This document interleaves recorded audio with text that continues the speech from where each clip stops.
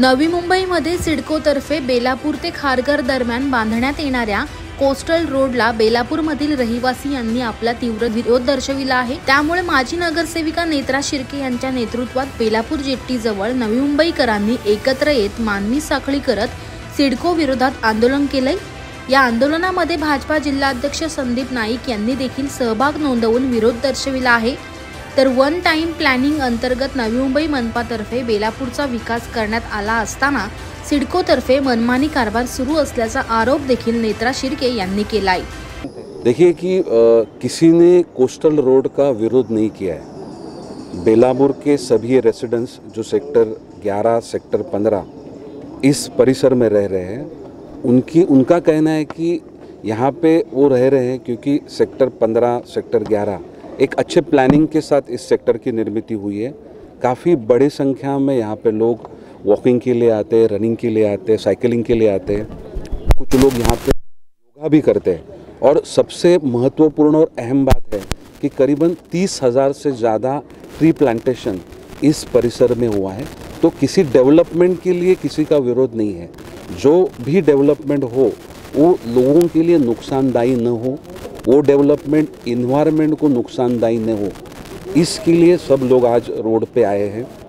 उनका कहना है कि आप अगर अल्टरनेटिव रोड कर सकते हैं कि जिसमें इस पेड़ की कटौती नहीं होगी, जो पर्पस लोगों का इस सेक्टर में रहने का है कि ये इंटरनल रोड है, तो इंटरनल रोड पे अगर ज़्यादा तनाव आएगा तो डेफिनेटली यहाँ के लोगों के जो ट्रांसपोर्टेशन के लिए उनको दिक्कतें आएगी, एक्सीडेंट की संख्या बढ़ेगी।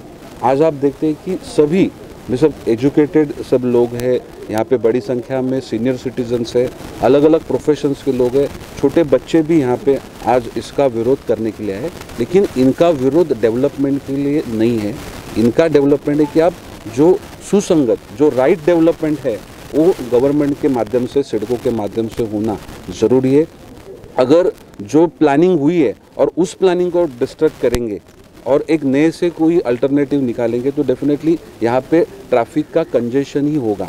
आपने देखा है कि जहाँ पे ग्रीनफील्ड डेवलपमेंट है, कि जहाँ पे स्टार्टिंग से लेके नए रोड बनाए जा रहे हैं, नए ब्रिजेस बनाए जा रहे हैं, वहाँ पे स्टार्टिंग पॉइंट और एंड पॉइंट वहाँ पे ट्रैफिक नहीं होती। लेकिन अगर आप रेट्रोफिट है या ब्राउन फील्ड डेवलपमेंट है, रेट्रोफिट माने जहाँ पे डेवलपमेंट हो चुकी है और फिर आप रास्ते में आप अल्टरनेटिव रास्ता कनेक्ट करेंगे तो वहाँ पे बॉटलनेक निश्चित रूप से होगा। और उनका जो पर्पज़ है कि यहाँ पे ट्रैफिक ये विदाउट सिग्नल हो, कंजेशन हो, तो इनका ये पर्पज़ सॉल्व नहीं होने वाला है।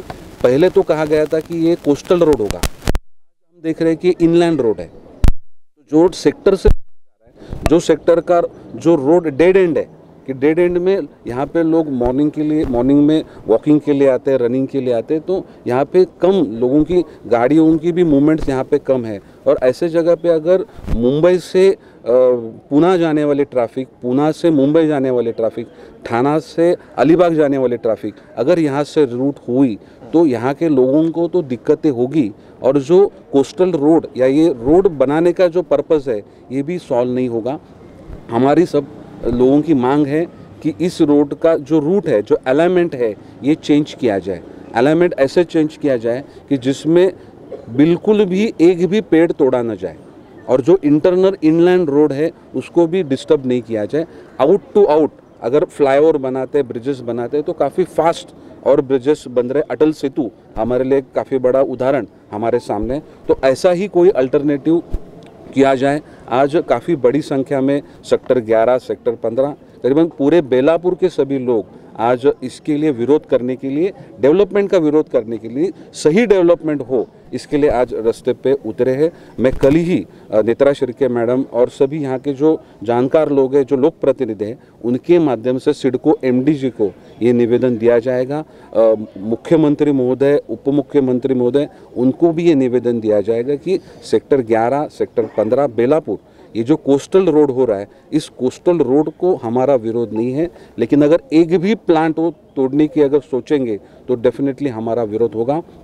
एक प्लांट नहीं, इस इनलैंड रोड के डेवलपमेंट में करीबन 30,000 से ज़्यादा प्लांट जिनकी लाइफ में जब उनकी एज हम लोग काउंट करें तो 30 साल से भी ज़्यादा है, और कोई भी नहीं चाहेगा कि 30,000 से ज़्यादा प्लांट यहाँ पे तोड़े जाए। हम इन्वायरमेंट प्रोटेक्शन के लिए आगे आते हैं, तो इन्वायरमेंट को जो ख़त्म करने का प्रयास निश्चित रूप से नहीं होना चाहिए। आज काफ़ी बड़ी संख्या में आज टाइम निकाल के सीनियर सिटीजन सभी लोग आज इसका विरोध करने के लिए आज यहाँ पे उपस्थित हुए। सबका मैं आभार प्रकट करता हूँ और विश्वास दिलाता हूँ कि निश्चित रूप से ये जो विरोध और ये जो राइट डेवलपमेंट की जंग उन्होंने छोड़ी है, निश्चित रूप से सभी लोगों की मदद से उसे कामयाबी मिलेगी। देखिए कि वो सोचते हैं कि वह यहाँ से पूना और मुंबई पूना ठाणा अलीबाग उन लोगों की सुविधा के लिए आप सोच रहे हैं, लेकिन उनकी सुविधा करते समय नवी मुंबई शहर की असुविधा करना ये हमें मंजूर नहीं है।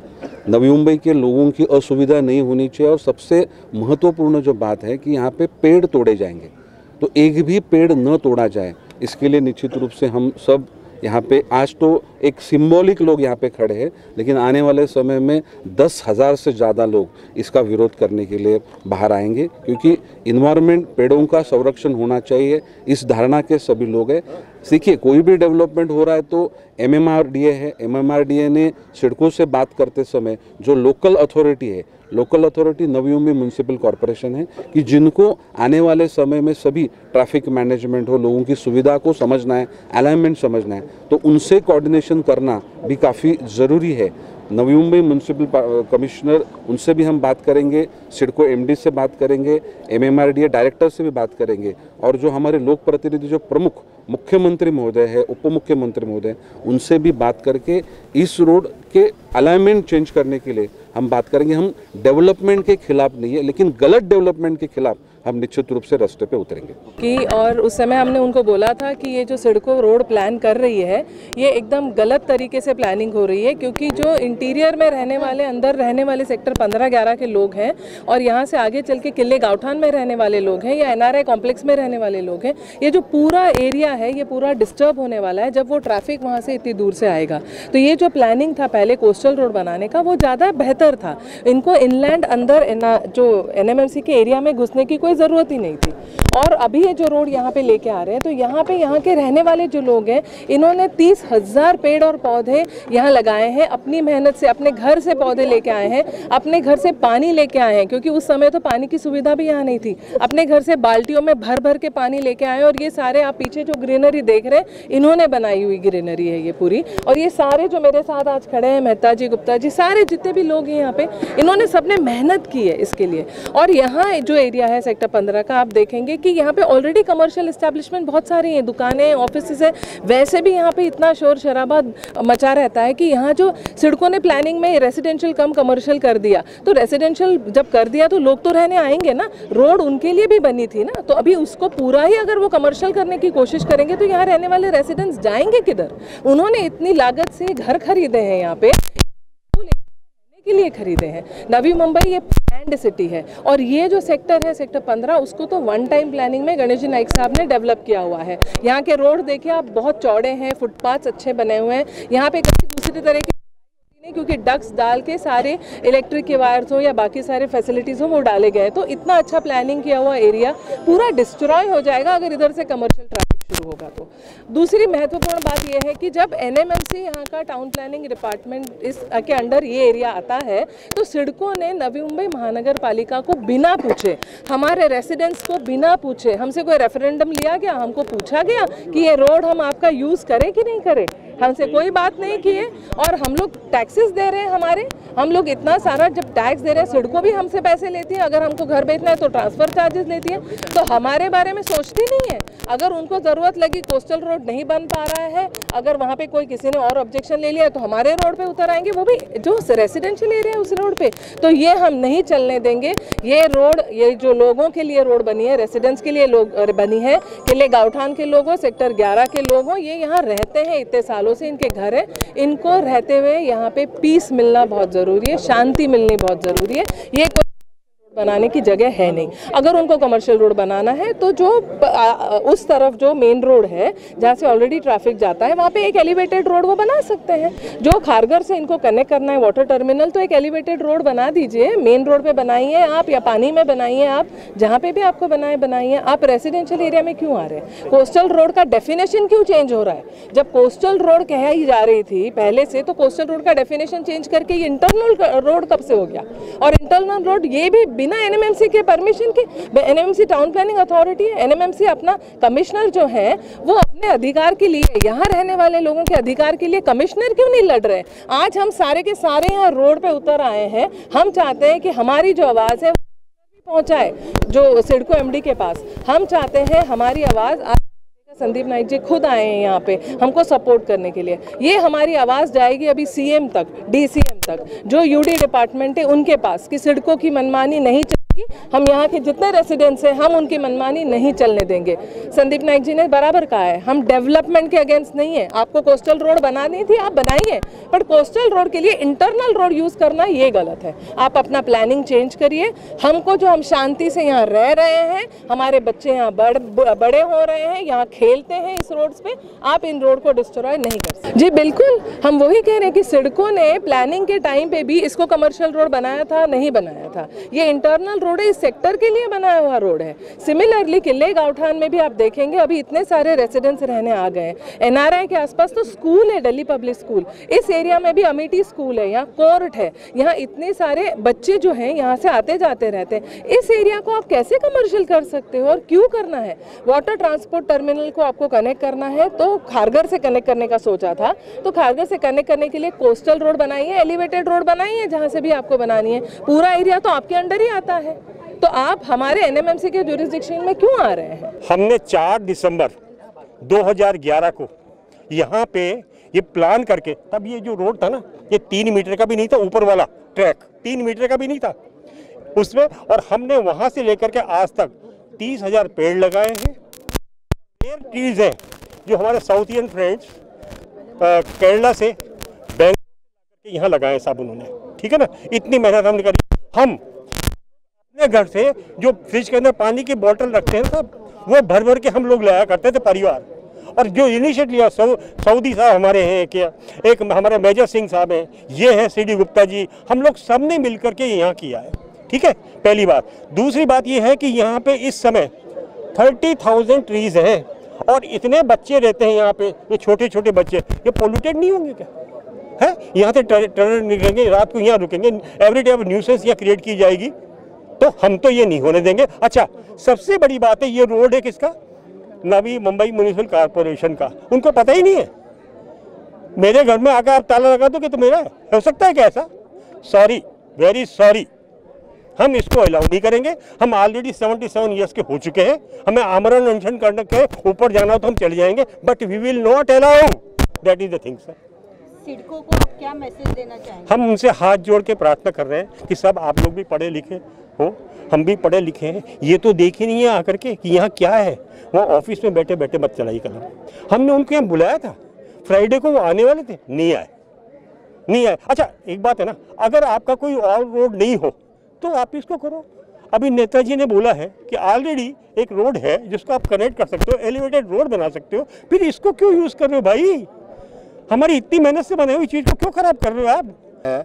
कोस्टल रोड का मतलब क्या है? कोस्टल रोड का मतलब है कि रिवर के बैंक के किनारे किनारे में होना चाहिए। ये पूरा का पूरा वहाँ से यहाँ तक रेजिडेंशियल एरिया है। आप रेजिडेंशियल को क्यों डिस्टर्ब कर रहे हो? ये ग्रीनरी को क्यों बर्बाद कर रहे हो? ऑलरेडी हमारे यहाँ एयरपोर्ट बना पास में, उस साइड का जो एरिया है सारी ग्रीनरी वहाँ की ख़त्म हो गई। अब ये भी ग्रीनरी ख़त्म कर देंगे तो क्यों बर्बाद करने पे तुले हो? डेवलपमेंट का मतलब क्या है? ये है यहाँ जैसे इन्होंने बताया, इतने ऑलरेडी हम परेशान हैं। जितने यहाँ पे बार रेस्टोरेंट हैं पूरे इंडिया में, आप किसी भी लोकेलिटी में आप देखो, 1-1.5 किलोमीटर के एरिया में, हम वहाँ से दुखी हैं।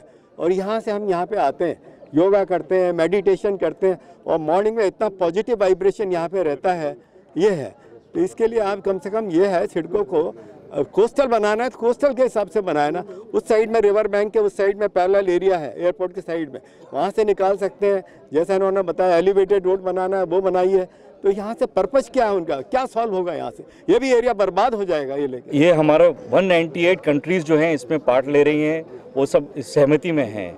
हमारे प्राइम मिनिस्टर ने बोला है कि हमें कार्बन एमिशन वगैरह कम करना है। आपने एक तरफ एयरपोर्ट बना दिया है जहाँ पे आपने पहाड़ तोड़ दिए हैं, आपने वहाँ ब्लास्टिंग कर दी है, ग्रीनरी पूरी ख़त्म कर दी है। ये एरिया ग्रीन जोन है, आपने इस ग्रीन जोन को भी अगर ख़राब कर दिया तो वहाँ का जो कार्बन एमिशन है वो कौन लेगा? ये नेट ज़ीरो नेगेटिव हो जाएगा ये हमारा। तो इस ग्रीन जोन को आप बर्बाद नहीं कर सकते, क्योंकि वहाँ पे ऑलरेडी कार्बन डाइऑक्साइड काफ़ी आने वाला है और यहाँ पे भी आ जाएगा। तो ये पूरा का पूरा जो पर्यावरण है हम उससे खिलवाड़ कर रहे हैं। हमें इसके बारे में कुछ करना पड़ेगा। सिडको का मुझे नहीं लगता है कि उनका कोई नेट ज़ीरो टारगेट है, उनका सिर्फ टारगेट है डिस्ट्रक्शन। मैसेज सिडको को बहुत क्लियर है। अगर उनका पर्पस कनेक्ट करना है from that Kharghar point to that coastal area of Nerul, तो वो वाया अनदर रूट भी कर सकते हैं, via to destruct this place.